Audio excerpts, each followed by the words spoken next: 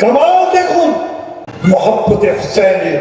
আর কেন এগুলো আমরা করছি? কেন এত সুন্দরভাবে হুসাইনকে চিনলাম?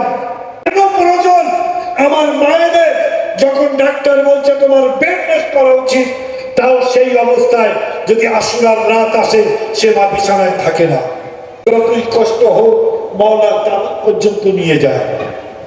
একবার তাবুতে হাত রাখে, গর্ভে থাকা সন্তান আছে, নিজের পেটে হাত রাখে। এখন থেকে হুসেনের পরিচয় মহব্বত নিজের গর্ভে থাকা সন্তানকে করিয়ে দেয়। মওলা আব্বাসের আলমের হাওয়া নিজের বাচ্চাকে দেয়। মওলা নিয়াজগারের দোল্লার নিকটে যে মা দোয়া করে। এই যে গর্ভ থেকে মা তরবিয়ত দিচ্ছে।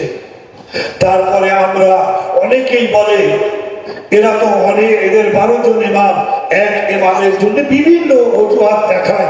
আমরা